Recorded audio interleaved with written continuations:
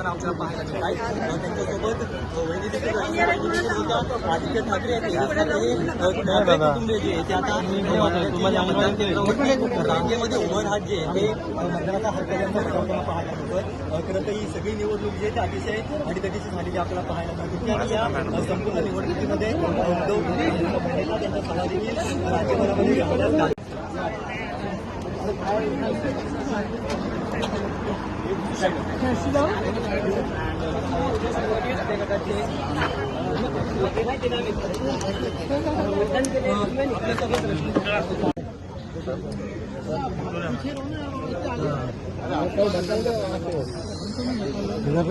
अविनाश हे आम्ही हे टाईट कर सचिन हा ठीक आहे थोडा आता आहे ना